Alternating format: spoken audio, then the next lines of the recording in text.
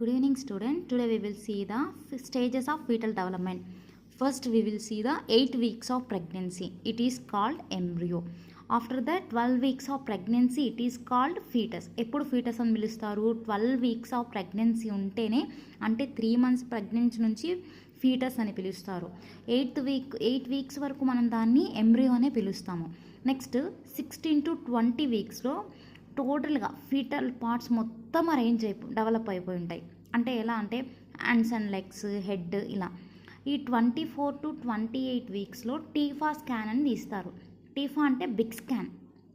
అందులో ఫీటస్ యొక్క ఏమైనా అబ్నార్మాలిటీస్ ఉంటే అందులో కనిపిస్తాయి.